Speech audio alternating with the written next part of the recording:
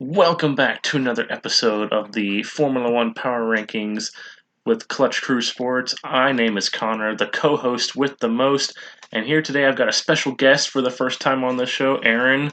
Aaron, how's it going today, sir? It's going pretty well. Can't complain. How about you? Pretty good, pretty good. Excited to do the first joint episode of this. This is episode 4 of the Formula One Power Rankings, and gotten some pretty good, decent viewership on this so far, and I continue making it for the other guys on the podcast too. So we'll see how it goes. We'll get right in. We've got 2 lists. I've got my list, of course, with on the slides. We've also got Aaron's numbers mixed into the slides as well.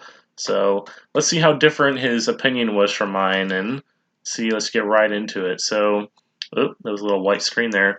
Obviously, we're going to start out with the nice honorable mention for Nico Hulkenberg. I don't know about you, but I was really excited to see him back this time around. He'd been out of the sport, especially the first race he didn't actually get to race. But then, Right. did you enjoy getting to see him on the track the second time, actually, getting to race instead of being stuck in the pit lane?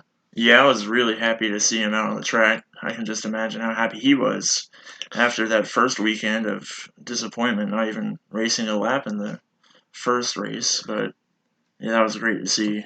Yeah, it's too bad for him. I thought he was actually going to get his first podium after qualifying third, but That's what I was speculating as well. I know, unfortunately, the Verstappen got up there and passed him, and he fell down. Questionable decisions, in my opinion, from Racing Point with the pit stops there during the race. I wasn't sure about their strategy, but still a nice 7th place finish. Maybe can garner him a full time ride somewhere next year. A lot of slots have already been filled, unfortunately, but For sure.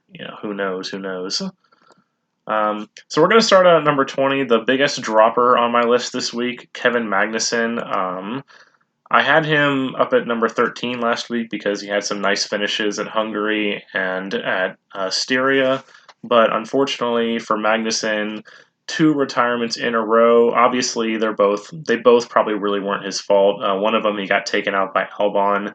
The other one he just a mechanical failure. So I don't know. Do you think Magnussen's going to be able to bounce back? Obviously, Haas has been struggling this season. Do you think he can bounce back in the future?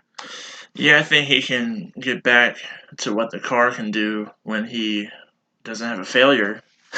So probably about 15th. So that's why I put him there. That's about where he has the most potential to run. At least he can outpace the Williams and his teammate.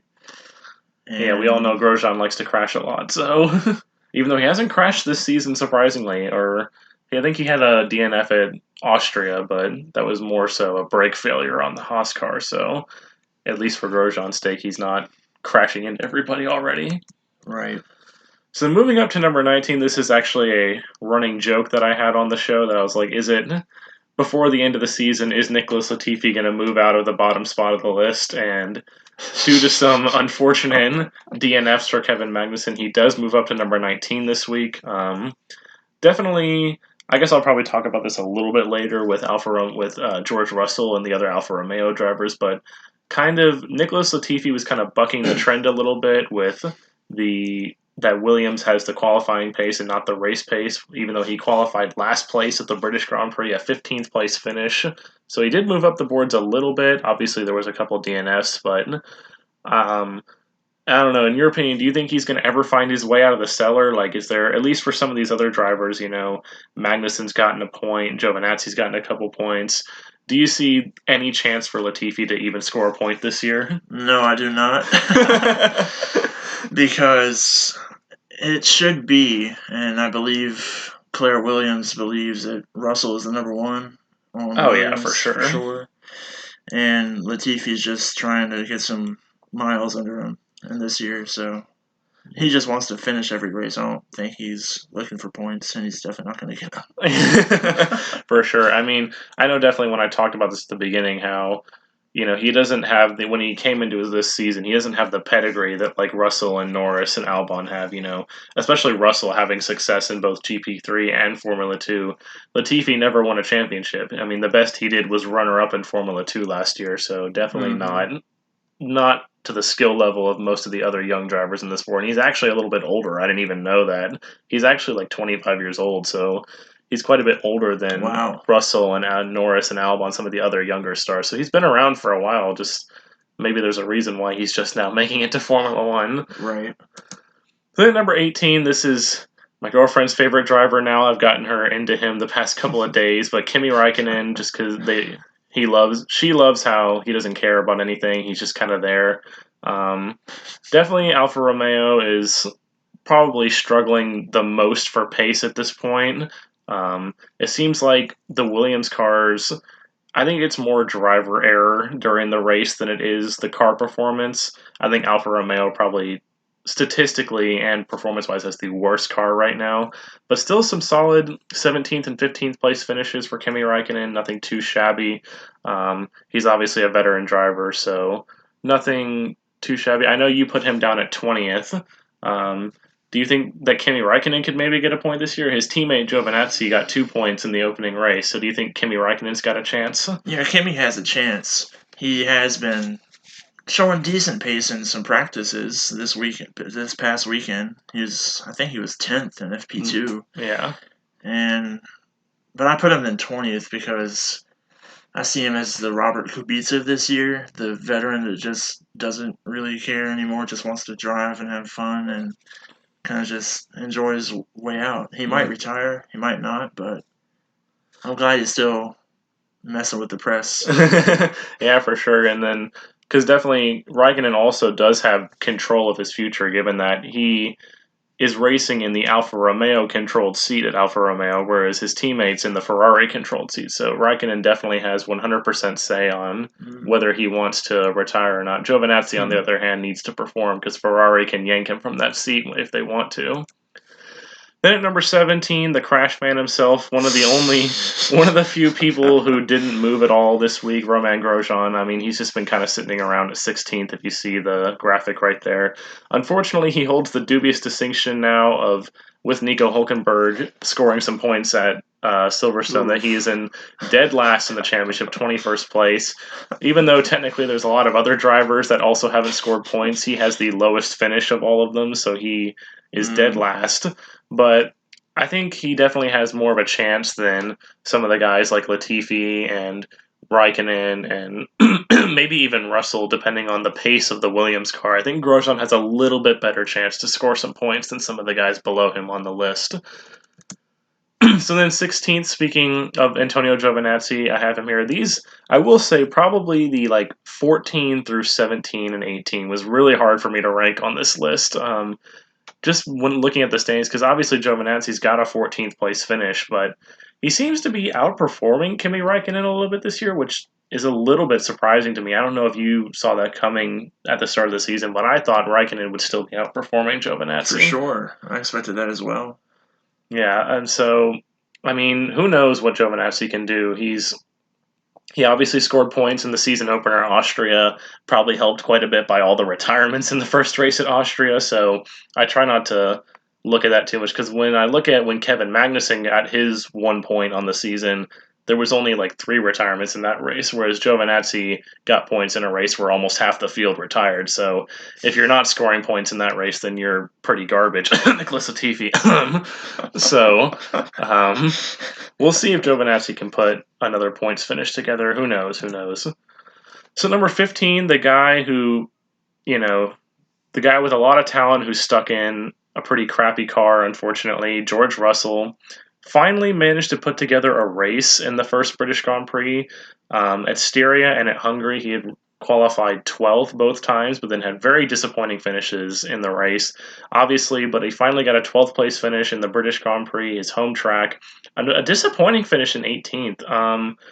Do you think it's more so the car, or do you think Russell, obviously he's talented, but do you think some of his lackluster performances, obviously points can be attributed to not having a car, but do you think he could have finished higher up if he had more experience? Do you think that was driver error, or do you think that was all the car? I think it's mostly the car on this one. Russell, he's been at the top step of the podium in F2 plenty of times to know what the car does. I mean, he hasn't been struggling too much. He's finished every race, so he's been showing good skill out there, but just can't get any faster. Can't get any more handling in the corners. Yeah, it's unfortunate for the Williams team. I know their fans are obviously kicking themselves given the fact their long history of success. Then at number 14, Aaron's got him at number 13. I think this is the first guy that you have besides Magnussen that's slightly above me, Danny Kvyat. 10th place finish at the 70th anniversary Grand Prix. I know the Alpha Tauris had pace. If you were watching, if anybody was keeping track of qualifying and practice, that the Alpha Tauris did have pace. Danny Kvyat, I feel like he's one of those guys that it's just kind of destined to stay in the middle of the field. Like he's never gonna surprise you. I mean, he did have the one race at Germany last year. He's never gonna have one of those races where he comes out of nowhere to finish like fourth or fifth. He's always gonna stay around 9th, 10th, 11th, 12th, not really gonna waver too much. Um, I know, obviously, Red Bull. Albon's been having some semi issues this year, a little bit. Obviously, he's still finishing well, but do you think given how long Kvyat's been with the team, do you think Red Bull would be willing to give him another chance at that seat, or are they just kind of keeping him around for the experience on the minor team? Yeah, definitely keeping him around just for his overall know-how of every track. He's a useful guy to keep in the garage because I like that garage. you can just coach up Albon if Albon is struggling in a certain session or something. Maybe you can go to Kvyat because he's been there way longer than Albon, and I think Red Bull wants to keep Albon around because that's a nice dynamic they got with Verstappen, a nice young gun duo. Right, and even then, if they don't go to Albon, they still have Pierre Gasly around too, another young person. Exactly. So it does definitely. I mean, I guess he's kind of like in the Kimi Raikkonen role at Yep. Alpha Tauri, just with a better car, pretty much. Like Kimi Raikkonen's there to mentor and Mm-hmm. bring up the young Ferrari prospects, and then Kvyat's kind of there to mentor the Red Bull prospects. So number 13, a guy who 5 races into the season, I definitely wouldn't think would be all the way down here. A pair of really poor finishes for Carlos Sainz. Obviously, the one at the British Grand Prix wasn't his fault. The tire blew and he fell down the order. But qualifying 13th and finishing 13th at the 70th anniversary Grand Prix. At the beginning of the year, I had Carlos Sainz, being the top of the midfield and I had McLaren, which obviously McLaren is at the top of the midfield right now. They're still in fourth place in the Constructors' Championship behind the big three teams, but um, you have him ranked 10th. Assume that you think he definitely has the talent to do better. It's just Mm-hmm. the equipment has to be there for sure. Yeah, a lot of bad luck these past couple weeks in the pit lane, especially this past week. He was talking after the race like, man, I just got a lot of unfortunate events happening to me right now, but I know he can show the potential, and he has. So Definitely. I know that's why Ferrari wanted to sign him next year, although I wonder if he's too happy about that signing now given the poor performances of the Ferrari car. Which, mm-hmm. speaking of that, we moved to number 12, Sebastian Vettel. Now, you've got him ranked a little bit lower than me, down at number 14, dropping him 4 spots this week. He had a disappointing first race, but then the Styrian Grand Prix and the Hungarian Grand Prix, he was semi decent. It was better than I thought he was going to be, but he's definitely seems to have lost some pace when they came to Silverstone. I would think that a track that he's had so much experience at and that he's won before, he would do a little bit better. But 10th and 12th for a 4-time world champion. I mean, do you think that it's the car? Because obviously Ferrari's had issues with their car this year, or is Vettel losing a step? Like in his, I know he's obviously not as old as Hamilton is, but he's one of the older drivers on the grid. Is he losing a step? Maybe a little bit. I think about a half a step. But that's only because his frustration levels are just a little too high. Where he can't focus on the racing too much. That's why he wants to overtake right into turn one, and he just got a little too pedal happy and spun out on the curb. But he can definitely get back into the top 10 for sure with the current car he has. He just got to put his head down Right, he and kind definitely. of get more favor with Mattia Binotto. Yeah, he definitely needs to block out everything because the team obviously is not helping him. He's on his way out. He's made it clear that he doesn't want to be a part of the team anymore, and it's you kind of have to repair that relationship a little bit. You just kind of have to go with it, because towards the end of 2018, Daniel Ricciardo definitely had a strained relationship with Red Bull, but he still managed to put together some performances. Like he didn't win any races, but he had that pole position at Mexico and still finishing in the points consistently. So I think Vettel's letting it get to his head a little bit too much. Yeah. He definitely needs to focus more on him and his racing rather than trying to focus on the team and his teammate specifically, who's doing a lot better than he is right now. Yeah.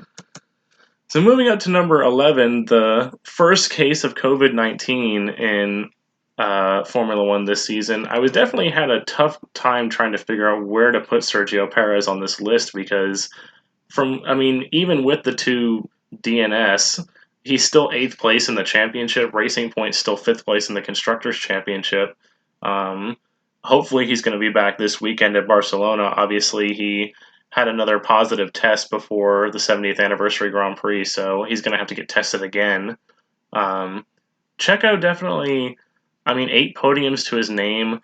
Obviously, you've got him down at number 9. Obviously, he had to drop this week depending on what's been going on, but I think realistically, how many podiums, with the pace that Racing Point has, how many podiums do you see Sergio Perez having at the end of this season? Wow. If you think he can get on the podium. Yeah. I'd maybe give him one. I want him to get a couple, if not more, but I just can't see it happening because Racing Point has been losing a little bit of pace, just a little bit, to make it where they can't outrun the rest of the field to get on the podium. So Right. I give Perez the 9th place because he has been showing the pace when he has started to deserve that top 10 finish with Stroll. There's definitely some underperformance. I think Racing Point kind of wasted their advantage, really, because when they came into Austria, they were clearly the second best car at Austria. I don't think anybody saw it coming that they were going to be better than both Red Bull and Ferrari, and I think they kind of wasted their performance advantage, and now Red Bull and Ferrari have both caught up, and McLaren's definitely still up there too, so wasted opportunities, unfortunately, for Checo and the pink Mercedes. Yeah. Number 10, Pierre Gasly. Pierre Gasly up 5 positions to number 10 this week. 2 very solid performances, a 7th place finish in the British Grand Prix, 11th place just outside of the points in the 70th anniversary Grand Prix. He's definitely fighting to try and get that Red Bull seat back. I know, obviously, it really hurt his confidence last season when they took him out and replaced him with Albon.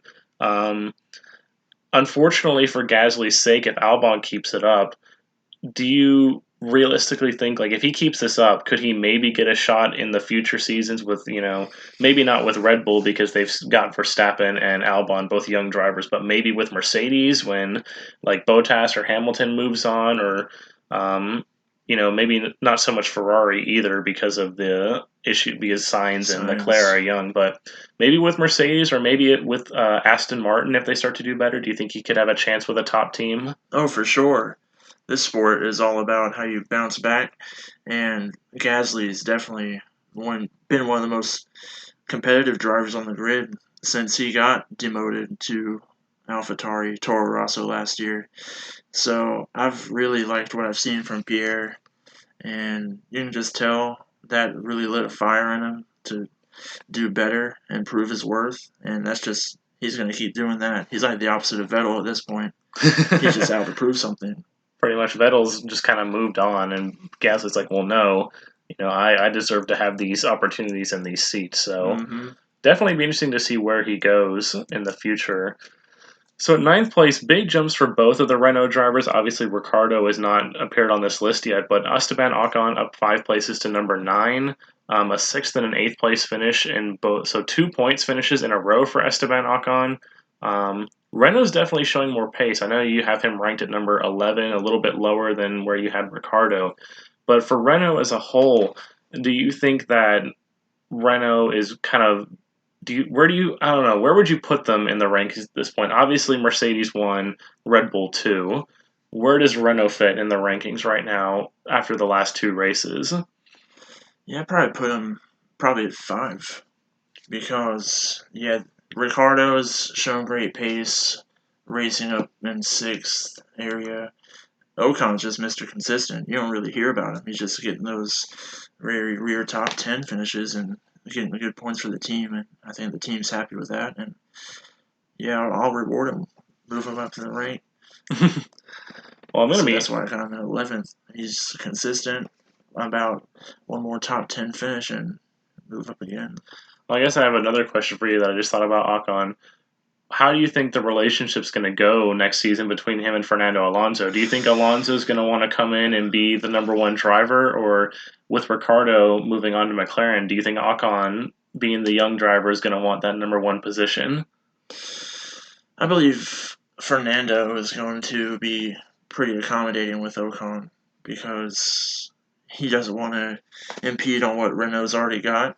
I think Renault would want to protect Ocon's interests because he's been there a year at least.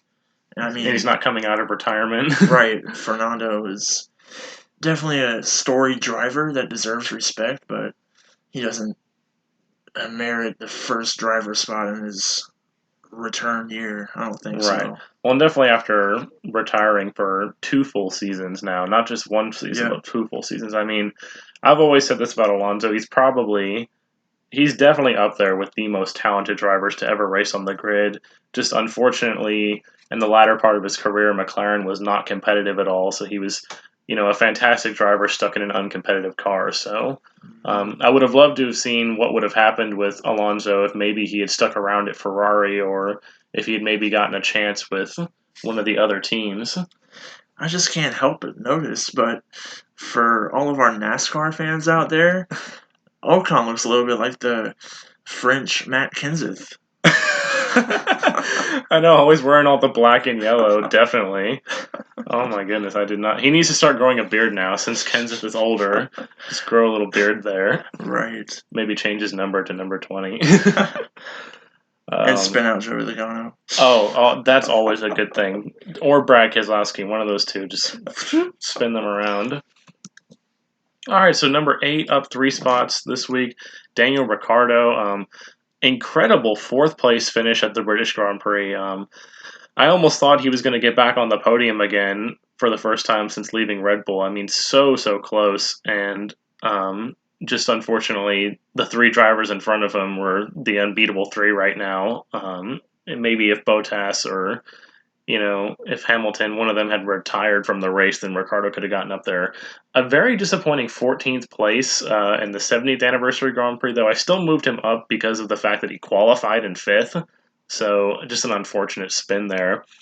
Daniel Ricciardo, I guess he's another driver that I want to ask you. Do you think he can get back on the podium? I mean, he's obviously one of the most skilled drivers on the grid, just in a slightly uncompetitive car. What about Ricciardo? Yeah, I'm optimistic about him because the more he melds with the teams like in the midfield, he understands what he needs to exert from the car to get back to the podium, and you can see that his results are really, really close. Yeah, He's just a little eager sometimes. definitely. Well, I think he needs to get over the fact that he doesn't have a car that is one of the best on the grid. When you're with Red Bull, you can make those risky overtakes and Yep. all that stuff because your car is good enough. But I think he's definitely is settling into the midfield. Obviously, he is going to be moving teams next season to McLaren, but that's just another midfield team. It's not like he's going down to like Williams or Haas or anything. So, Right. definitely, I could see good things for Ricardo. Maybe not another. He might be stuck at that 7 win total for the rest of his career, but I could definitely see a couple more podiums coming his way.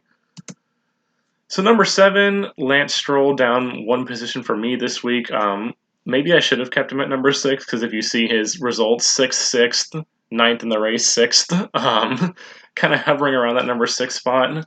So my question would be for you about Lance Stroll is that obviously he's been doing what he can with the car, and he hasn't been underperforming as much like he does in the past. But obviously with all the talk about Sebastian Vettel moving over to Aston Martin, if you were, let's take Lawrence Stroll out of the picture, like, his dad's not the owner of the team, which driver would you take out in favor of Vettel between Perez and Lance Stroll? Wow, that's a tough one. I probably have to keep Lance Stroll, actually, because in qualifying in Austria, Stroll was really having the time of his life. He went up to third and just really surprised me in the pace he's shown. So when he has the car that's capable, and he said in the interview after this weekend, the strategy of the team kind of failed him a little bit. They Yeah, could have that tried was the one stop. yeah, that definitely hurt Hulkenberg too. Both of them got hurt by the strategy. But Stroll's pretty skilled, but just needs to have a little better car. I definitely think he needs to cut down on some of his mistakes a little bit too. I think he doesn't quite there yet. He's almost Yeah. there, and obviously, if they were to get rid of Stroll and have Perez to mix with Vettel, having two veteran drivers usually isn't the way to go. You want one young driver and one veteran driver. So Mm-hmm. I would definitely, if this was the start of the season, like before the season had gone through, I definitely would have been the other way around. But Stroll's definitely changed my mind. Yep. And I'm just interested to see if, you know, because obviously he didn't perform. He had one podium with Williams, but other than that, he really didn't perform to optimum with Williams when he was there. So, is it the car, and he didn't perform really well last year either with Racing Point, whereas Checo did. So, is it the car is finally there, or maybe has he evolved as a driver more to get to the place where he's at? Because the car is definitely there for sure now. So number six, probably the biggest shock of the year for me right now in terms of the standings. Lando Norris being in fifth in the drivers' championship right now, behind only four drivers who are from again the big three teams. Um, Decent results of fifth place at the British Grand Prix and ninth place in the 70th anniversary Grand Prix. Um, and I know you've got him ranked eighth below Ricardo and Stroll. What in your mind puts him below? Like, what gives Ricardo and Stroll the edge over Lando Norris right now? It's just so marginal. Ricardo, he's showing a better understanding of the car and a desire Mm-hmm. to rise to the field, although it goes against him sometimes. And Stroll has definitely been evolving as a driver, like you just said. And so I think Lando is just still a little too young Mm-hmm. right now to move him up much further than eighth. But this has definitely been a great year for him, and I'm glad to see it. A young driver with a faster car. Obviously, I know the McLaren fans are happy that the car is finally getting back to a position where it should be. Obviously, in their mind, it should be a winning car, but McLaren's definitely taken steps in the last two seasons to be competitive again. Of course, right as Fernando Alonso leaves, the team becomes competitive in the midfield again. Um, so obviously, if you haven't been keeping track of the drivers, the top five are all going to be from the big three teams, bar Sebastian Vettel. But Alexander Albon, just it always amazes me with Albon how it just seems like he cannot hot lap. He's just like one of the worst hot lappers in the league. He can't make qualifying happen. But then when race day comes around, you know, if there was a if there was a record for like most overtakes in a season, I feel like Alexander Albon would have that by now because he just makes up so many positions on race day, and he's been so ever so close to that podium so many times. I guess this is kind of a recurring question. How many podiums do you think Albon can get this year? Obviously, Red Bull's the second best car on the grid right now. How many podiums realistically do you think Albon could get? I think he should get up to three because this man right here. He is so determined, and that's not even like extra motivation. That's just how he lives. Like he's like, okay, I got put in this seat. I'm gonna keep showing them why I was promoted. They like that I'm aggressive. They like that I can overtake. I don't see any reason to stop. So I'm just gonna keep doing what I do, and he is just so good. I can't really find a fault for him. Yeah, maybe if he can avoid some of his run-ins with Lewis Hamilton, then maybe he would have gotten on the podium already. Because he is a little bit aggressive, which Right. sometimes gets him into trouble with the K-Mag situation last week. Hmm. Well, I definitely think, when you go back and look at his podiums that got taken away, the first one was definitely all Lewis Hamilton's fault, in my opinion. I mean, Mm-hmm. Albon was ahead, like, completely, and Hamilton was trying to overtake and spun him. The second one, I do think it was still Hamilton's fault. I don't think Hamilton deserved a penalty for that spin around because Albon was ahead, but it was definitely an aggressive move that maybe if he had hung back and waited for another lap, he could have got it. But who knows with the Mercedes cars this year? If you have an opportunity to overtake them, then I mean, Max Verstappen said it best on the radio last week when his engineer was like, "Okay, you need to back off. The tires are getting worn out," and he was like, "This is like the closest I've been to the Mercedes cars. Like, I'm not about to back off right now." So I definitely see a few podiums for Albon. I hope he gets up there because I want him to so bad. He's had it. He's been so Right. close so many times. So number four, another big jumper this week, up 6 positions. Charles Leclerc. He had a really bad rash of races. He had that podium in Austria, but then a horrible race in Styria where obviously the crash between him and Vettel that took both of them out at the beginning, and then a very poor performance at Hungary too led to me dropping him down to number 10. But he's up to number 4 this week again after a surprise podium in Britain and a fourth place finish in the 70th anniversary Grand Prix. So I guess my question for you about Leclerc is that if he was driving, like, okay, if you take Lewis Hamilton or Valtteri Bottas out and you put Leclerc in one of those cars, where is Leclerc right now? How many? There's been 5 races so far. How many wins, and where does he sit in the standings? He'd probably be number 2 or 1 in the standings with either 2 or 3 wins in the Mercedes car. No doubt about that. Because, man, he is Oh right there yeah, with Verstappen. He's got the same, if not more, skill than him. And that's like a minority opinion. But I still just love what he's doing with his car. Because you look at Vettel and you wonder how Vettel is down there in the bottom, yeah, behind the 10th position. And then Leclerc is just pushing out the points finishes recently. And it's amazing to watch. yeah. I mean, he's single-handedly the reason why Ferrari is in third place in the constructors' championship right now. I mean, they were fifth there for a while, which it's unheard of to see Ferrari outside of the top 3 in the constructors' championship. But it's kind of like in the my career mode in F1 2020 when you're the one out there winning all the races and your teammate isn't doing anything. Like, Leclerc is kind of like that guy right now, and I definitely agree. It's so hard to tell between him and Verstappen who has the edge when it comes to driving talent. Obviously, I mean, I definitely think if I had to pick right now, just watching him, I think last year I maybe would have given it to Verstappen just because Red Bull, like Ferrari, had the car last year. They were the consensus second best, but I think this year I'd have to give it to Leclerc because Verstappen, he's expected to be up in third now. Like Red Bull has the second best car. If he's not up in third or second or fourth, then he's doing bad. Mm-hmm. But with the performance of the Ferrari car, Leclerc should be down in like seventh, eighth, ninth, but Exactly. he's finishing up here third and fourth. So, I mean, he reminds me of another past Ferrari driver by the name of Fernando Alonso that used to get more out of the car than the car could do. So I know at the beginning of the season I thought that he was going to be a contender for the drivers' championship. Obviously, that's out of the window now given the poor performance of the car. But I'd love to see next year and even in 2 years when the regulation changes come. I think Leclerc is going to be a serious, serious contender for the championship. He's going to be a champion before he retires for sure. So down to number 3 this week for me.